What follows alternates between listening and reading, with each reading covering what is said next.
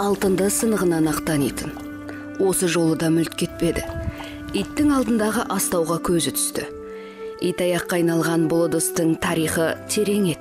Бір ғасыр бұрын шабылған қолөнер туындысы болатын. Астаудың далада жатып, жуынды қиылса да сыны әлі кетпеген. Сыртындағы оюлары оның көзіне оттай басылды. Үйден дәм татып шыққанша, оның көңілі сырттағы, ит алдындағы ыдыста еді. Я, қандай бұйымтайыңыз бар? Егер айып етпесеңіз, сол жаңағы астауды сыйлауыңызды өтінем. Ой, аудалада жатқан, әбден ескірген, тозығы жеткен, кірлеген астауды қалай сыйлаймын?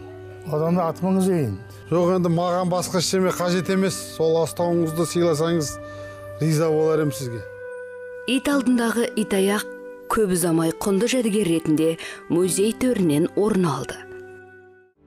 Бұл қазақтың әрбір қолөнер бұйымдарын көздің қарашығындай сақтап, жоғын түгендеген. Қазақтың ұмыт қалған салт дәстүр әдеп ғұрыптарын жаңғыртқан, ұлттық жәдігерлерді жинап, ескерткіштерін бүтіндеген.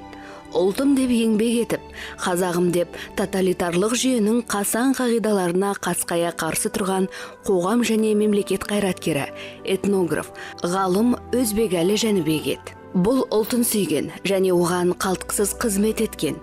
Өзінің осы адалдығы үшін көпке жақпай, шет қақпайлана берген өз ағаның бұралаңы көп өмір жолы.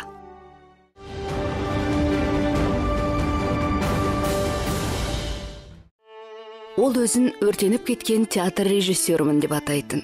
Иә, өнерге жақын өреннің театрда да талабы жанды. Ол студенттік театр сахнасында қойылым қойса, есейе келе театрды Торғай жерінде өзі құрды. Жоқтан бар жасады. 14 мың ғана халқы бар аудан деңгейіндегі Торғайды облыстық дәрежеге көтерді.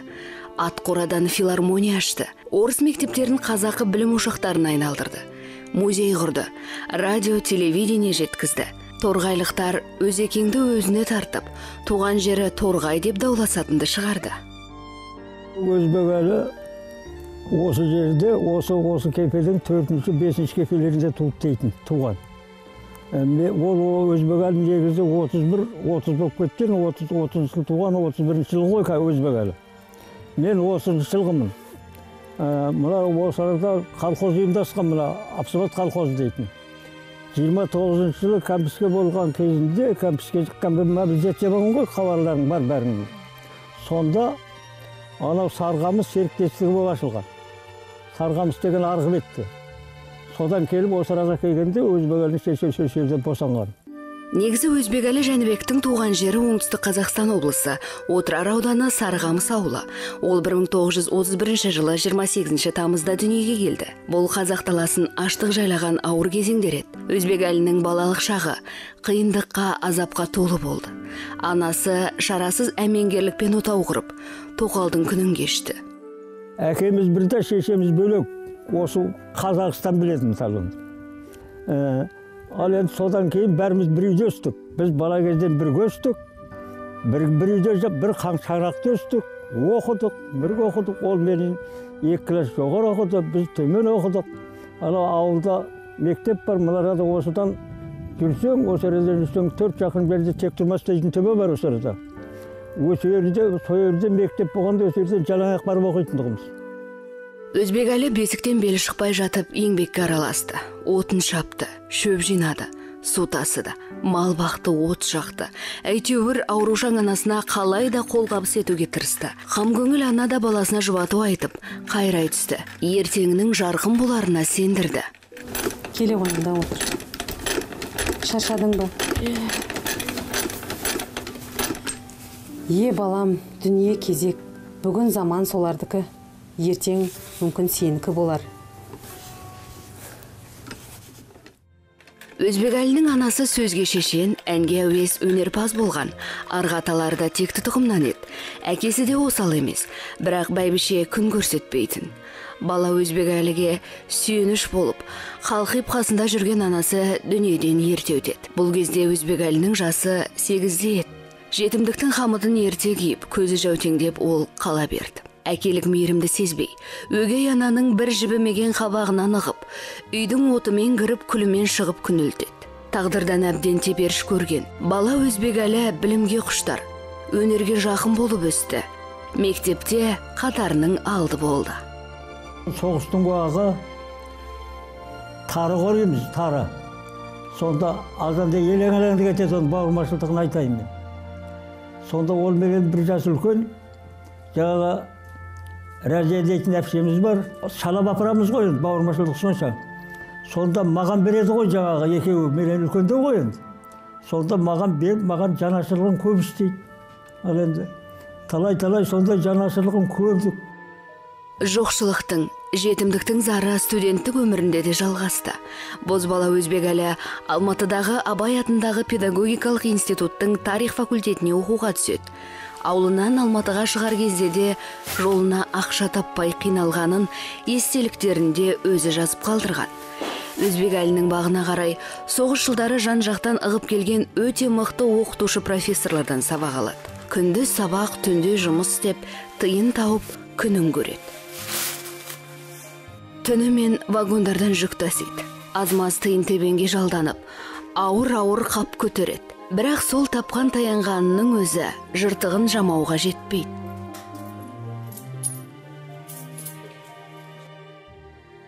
Болды, жетеді.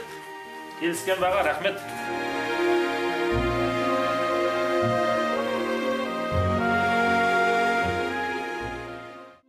Тарығып жүргенін білдірмеді. Оқуда белсенді болды. Үздік бітірді. Оңтүстікке оралып мектепке орналасты. Алдымен пионер жетекшісі болып келген белсенді маман көп замай тарих пәнінен сабақ бере бастайды. Білікті, білімді жас тез көтеріледі. Оқу ісінің меңгерушісі болады. Оқушыларды тез үйіріп, аймақта ағаш ектіріп, қоғамдық шараларда суырылып алға шығады. Өзбекәлі аудан басшыларының көзіне түседі. Аудандық комсомол ұйымының жетекшісі қызметіне көтеріледі. Жүрген жерінде жастарға жағдай жасайды. Қазақтың өнерлі жастарын өнер талабына, өнер биігіне көтерді. Қой бақсын, ауыл шаруашылығына барсын деген орталық партия комитетінің шақыруына қарамай, жастар, қазақ жастары жұмысшы болатын болса, онда зауыт, фабрикаға бару керек. Атасынан қалған ақ таяқты алып мұратқа жетпейді енді қазақ. Онда өндірісті істесін деп, мынау Теміртауларға жастарды жіберген Өзбекәлі. Осы Келес ауданында қызметте жүріп, ол болашақ жары Халиханмен көңіл қосып, отбасын құрады. Екі ұл, бір қызы дүниеге келеді. Ұлттық салт дәстүрді ұлықтап, дәріптеген Өзекең отбасында да балаларын әдемілікке, қазақылыққа баулыған екен. Бір жаққа барса, бір жасыл лента әкеп берді бір жақтан. Мен оны бір 3 жыл, 4 жыл тақтым. Енді өзі сондай қайта жеңгемізден гөрі балаларына сондай әдемі, тазалыққа, әдемілікке қарауға көп көңіл бөлетін еді. Сондай ұлы кісі болды деп ойлаймын енді. Бізге келген кезде көйлек тігіп беретін, машинамен ол кісі жақсы тігетін. Сонда материалды алып келгенде штапель мата келеді, ол соның құры барын алып келетін. Етегіне құрын келтіріп, жеңіне құрын келтіріп, мына жерге желбезек салып тігіп береді. Оның өзі махаббат қой, қарап тұрсаң енді. Соны біз қазір әлі осы уақытқа дейін ұмытпаймыз. Елі оны еркелетіп, өзімсініп, өзі аға дейтін. Ол да халқына жақын болды. Аудан, одан облыс, одан әрі республика жастарының жетекшісі болады.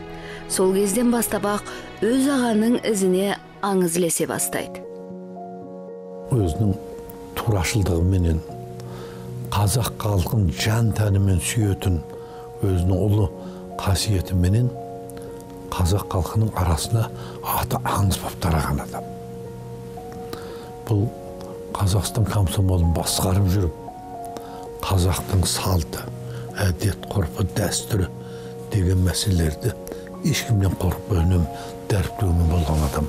Өзбекәлі қазақ мәдениетінің, қазақ руханиятының қара нары еді, қайыспайтын.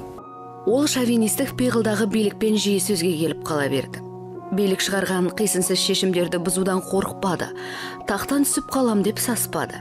Бірде қазақ жастарын мал шаруашылығына салу және қыздардан егістік трактор бригадаларын құру туралы үкіметке ұсыныс енгізілді. Бұған Өзекең қарсы шықты. Қыздарға араша түсті. Жастарды өнер білімге баулуға жағдай жасады. Осы жолда өзінен жоғары тұрған лауазым иелеріне қарсы шығудан именбеді. Екпіндеп жалындап тұрған білімді ұлтжанды Өзбекәлі Жәнібек кеңестік идеологияның тар шеңберіне сыймады. Қазақтың тарихын тереңнен зерттеген оның әрекеті көпке жақпады. Сөйтіп 70-ші жылдары оны Астанадан аластату процесі жүрді. Осы кезеңде Өзбекәлі Жәнібек Алматыдан шалғай жатқан Торғай жеріне облыстық партия комитетінің 3-ші хатшысы қызметіне тағайындалады. Ол кіріскен қызметтің бәрі жан танып кететін, Торғай жерін танымастай өзгертеді. Әсіресе арқалықтағы далалық өлке мұражайын жан тәнім беріп дамытады. Қазақтың дәстүрлі мәдениеті құрып бара жатқан факторге жататын құбылыс.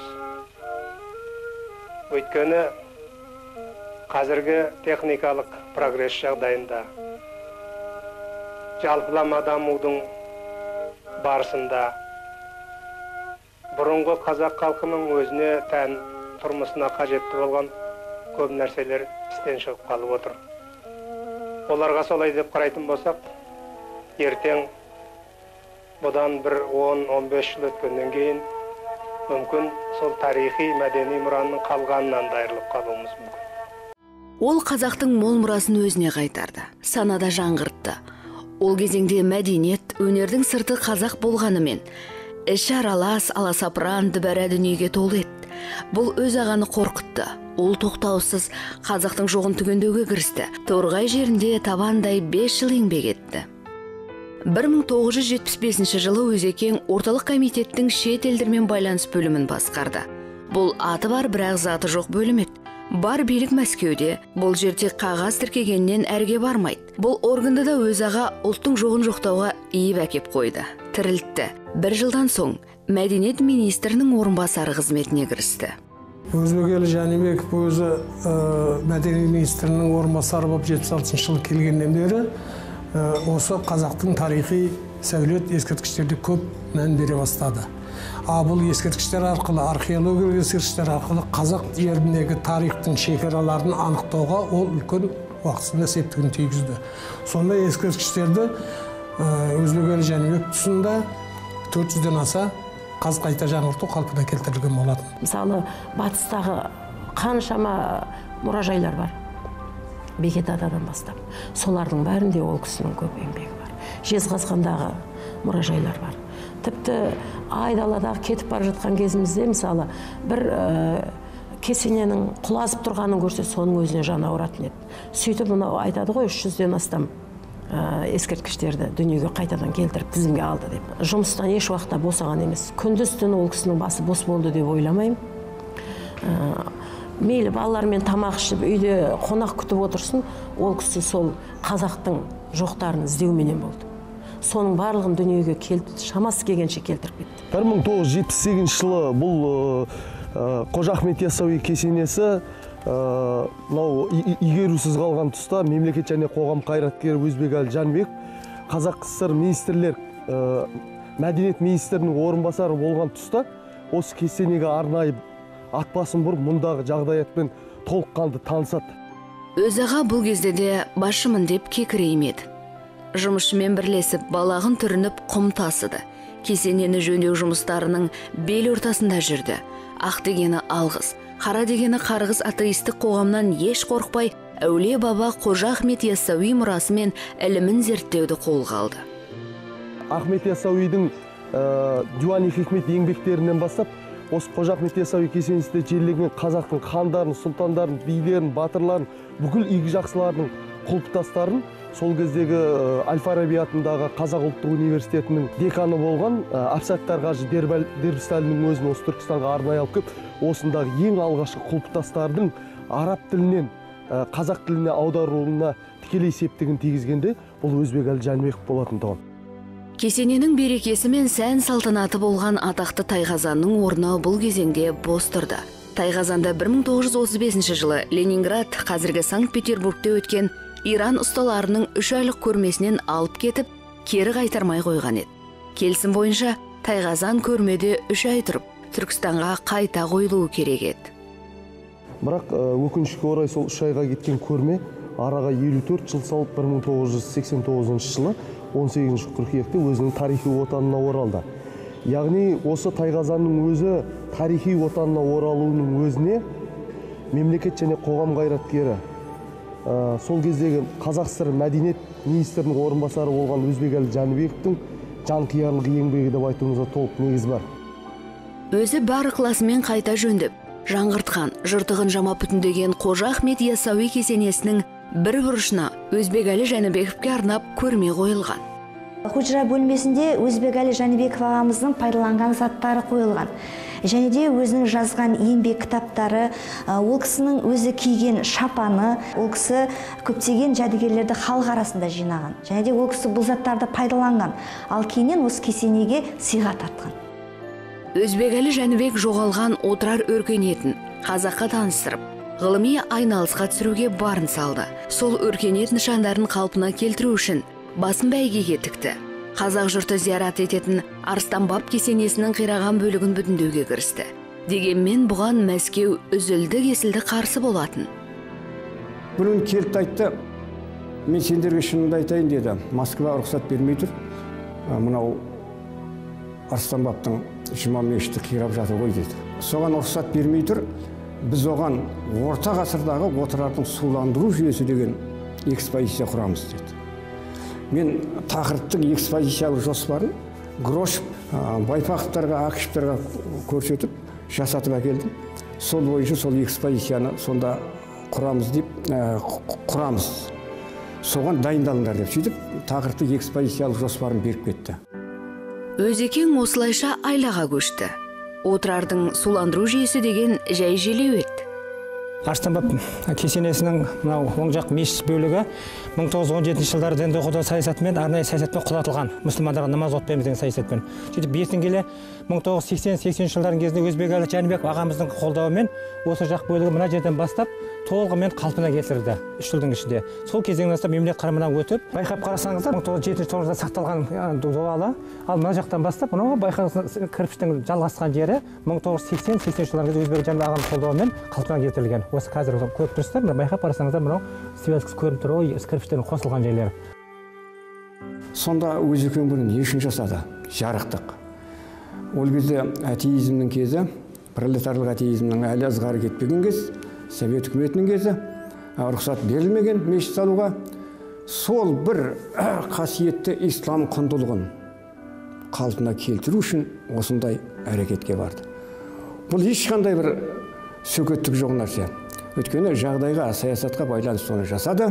Қазір ол елдің игілігіне, исламның игілігінде тұр. Амалдап, ретін тауып, Қазақстанның әрбір өңіріндегі көмулі қалған құнды жәдігерлерді аршып алғандай елге паш етті, көпке ұсынды. Бұл кісінің бір әдеті болатын, бүкіл Қазақстанда көп аралайтын, және көптеген қалаларда қорық мұражайлар ашуына көмек көрсетті. Және сол қорық мұражайларды аралап жүріп, мәдени мұраларды естіп, көріп, білген адамдардан сұрастыра жүріп, ауылдары болсын, қала болсын, аудан орталықтары болсын, сол аспаптары бар деген үйлерге барып, танысып, солардан сұрап алып, жинап жүретін. Кейбір жылдастар қазақта домбыра мен қобыздан басқа музыка аспаптары болмаған дегенді айтып келді. Соңғы кездегі тарихшылардың, этнографтардың, археологтардың, әдебиет және өнер зерттеушілерінің зерттеу нәтижелеріне қарағанда бұл пікір теріске шығарылып отыр. Шертер, Адырна, Алтынай деген ансамбльдер дейміз ғой, соны құру сол кісінің арқасында құрылған болатын. Және ол ансамбльдердің аспаптарын жинақтау, жетіген дейміз, халық аспаптарының бәрін жинап, өзінше Қазақстанда жоқ бір ансамбльді ашты осы жерден. Соның ішінде жаңа көне аспаптарды бір-біріне үйлестіре отырып, концерт ұйымдастыру жағын бірінші рет Қазақстанға бірінші рет концерт қойып, халыққа танытты. Ансамбль мүшелерінің әрбір киіміне дейін шұқшия мән берді. Себебі қазақтың киім кешегінің өзінде оған салынған әрбір ою өрнекте мазмұндық салмақ бар екенін ол білді және көпке ұғындырумен болды. Кейін қыз-келіншектердің, ерлердің ежелгі киімдерінің, бас киім, аяқ киімдерінің ерекшеліктерін тәппіштеп түсіндірген «Қазақ киімі» кітабы жарық көрді. Тіпті қасабаны іздеп, қазақ қасабалы қатын деген, сонда қасаба дегеніміз не бұл? Қайда бір қасаба қалмағаны ма, біздің дәуірімізге бір қасаба жетпегені ма деп, Ермитажға дейін қасабаны іздеп. Татарлардың арасында бар екен қасабаның. Сөйтіп жүріп, орталық архивтен ертеде тапсырған бір қасабаны тауып алып, соны ары қарай ұлттық мәдениет ретінде көрсетті. Өзекең ескі тарихи ғимараттарды сақтап қалу жолында да көп еңбек еткен. Мұндай кезде оның бойынан сәулетшілік, құрылысшылық қабілеттер де байқалып қалады екен. Соның бірі біз отырған осы ғимарат. Осы ғимаратты қайта қалпына келтіру жұмыстары ол кезде бір қиындығы, бұл ғимарат төмен шөгіп кеткен болатын. Әрі мына сырттағы Гогол көшесі көтерілген болатын асфальттерден. Соны көтеру жұмысы толық ашып, қайта ішкі құрылымын мәдениет министрлігінің қызметіне лайықтап қайта жасау. Бірақ сонымен қатар бұның сәулеттік шешімі, тарихта бұрынғы қалпына зиян келмеу жағын көп көңіл бөлді.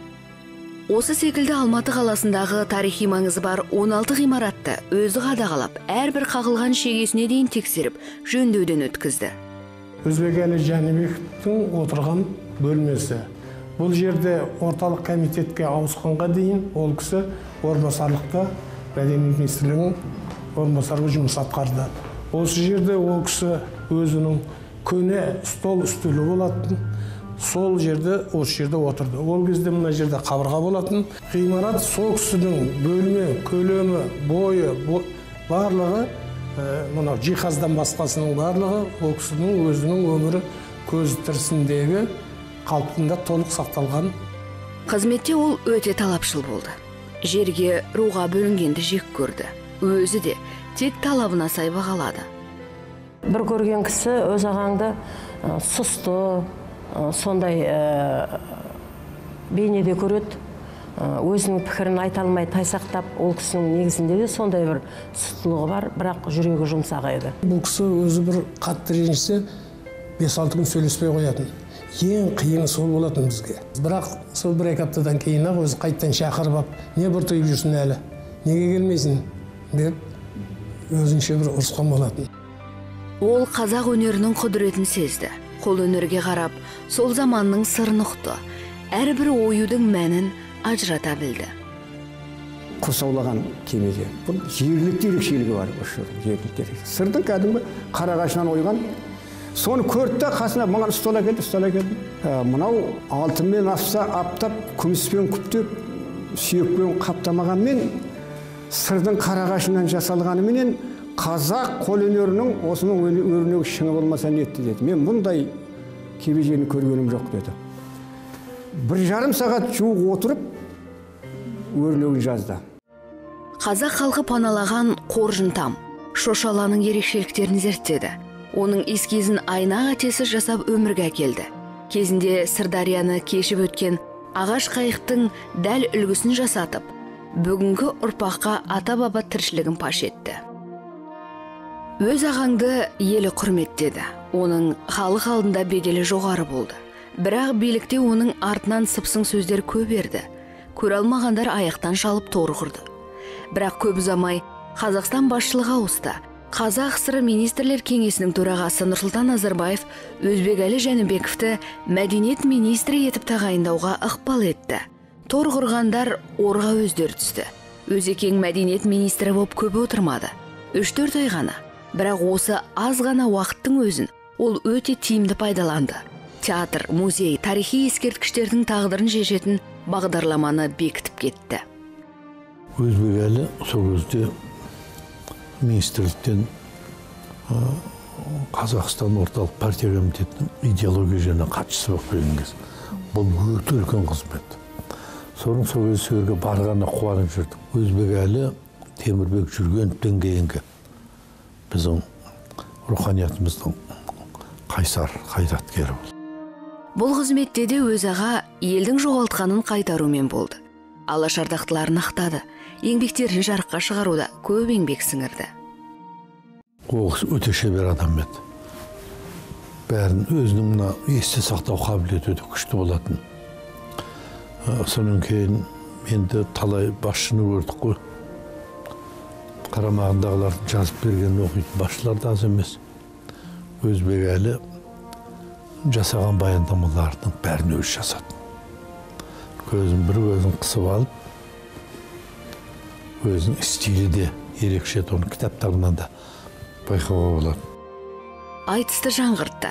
Наурыз мейрамын санаға сыналатып ендіре берді.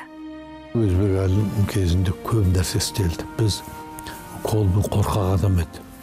Өйткені ол Қазақстан білмейді, қазақты білмейді. Сол кейбір қазақтың кейбір мәселелерімен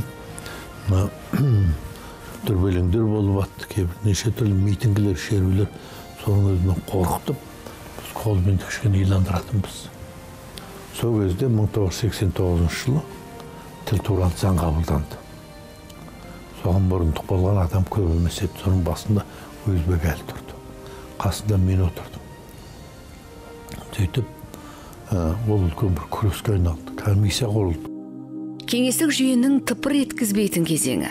Мемлекеттік тілді қазақ тілі деп жариялағанмен, жағдай ушықпау үшін орыс тілін ресми тіл деп қалдыруға мәжбүр болды. Міне мына сіз көріп тұрғандай столда біздің қазақтың жанашыры болған бір тума жерлесіміз, ғалым, этнограф ғалым Өзбекәлі Жәнібек ағамыз жұмыс жасаған орталық комитетте хатшы болып отырған кезінде. Міне мына өз ағаның суреттері өз қолымен ұстанған, пайдаланған қалам, рүшке, кітап, пайдаланған заттары. Ол жанталасып, ойын, түйгенін, көрген білгенін, зерттегенін қағазға түсіре берді. Нәтижесінде алтын домбыра туралы аңыз, эхо, ежелгі отырар, тағдыр тағлымы, қазақтың ұлттық киімі, жол айрықта, уақыт керуен секілді этнологиялық кітаптары мұра боп қалды. Әр бөлмеде жанында қарасаңыз, өз ағаның ескізімен жасалған басқұрлардың түрлері. Өйткені өзінің жол айрықта еңбегінде өз аға барлық қазақ халқының пайдаланған қолтума өнерінің бәріне сұхбаттама берген, олардың ескізін жасаған. Сол мына басқұрлар, мына киіз үйдің ішіне өрілетін, ал мынау сыртынан, киіз үйдің сыртынан, киіздің сыртынан үйдің сәндеу үшін қолданылған басқұрлар. 95 жылы ол кісі ең соңғы рет келді. Шаршап келді, шаршаңқырап келді. 9 май күні сағат 10-да. Келгенде енді көріс жүгіріп қарсы алдым. Содан соң енді жаңадан келіп атқан кезім айналаның бәрі жыңғыл өсіп тұр.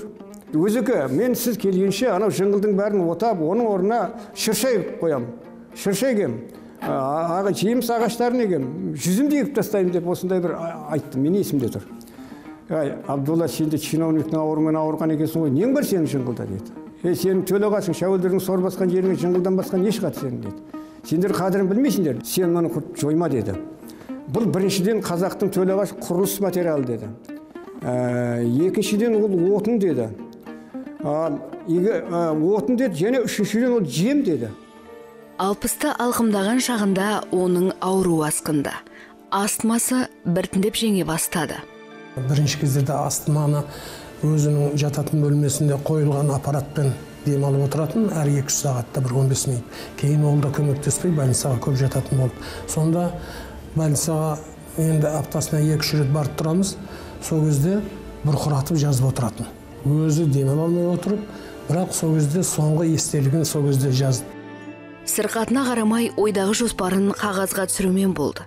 Оның ішінде әсіресе Түркістанның 1500 жылдығын атап өтуге орай түрлі ойлармен бөлісіп, жаны байыз таппайтын, бірақ ауру меңдеп, ұлы тойдың куәсі бола алмады. Қазақтың өз ағасы 67 жасына қараған шақта 1998 жылдың ызғарлы ақпанында дүниеден өтті. Арыстан бабамыздың кесенесінің айналасына 17-18 ғасырдан бастап осы отырар өңірі марқұм кісілерді әкеп жерлей бастады. Сөйтіп 1980 жылға шейін осында марқұм кісілер жерлеп, 1980 жылдан бастап бұл жер қорым тарихи ескерткіш мемлекет құрамына өтіп, 80 жылдан бастап бұл жерге жерлеуге тыйым салынды.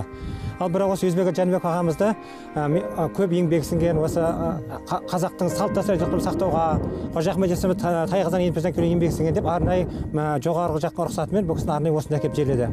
1998 жылы ақпан айында осы кісінің өзінің аманаты бойынша осында жерлеп, мына кесене 2000 жылы мемлекет тарапынан тұрғызылды. өзі әрбір тасын, әрбір бұтасын, әрбір жартасын зерттеген киелі отырар жерінде мәңгілікке дамылдады.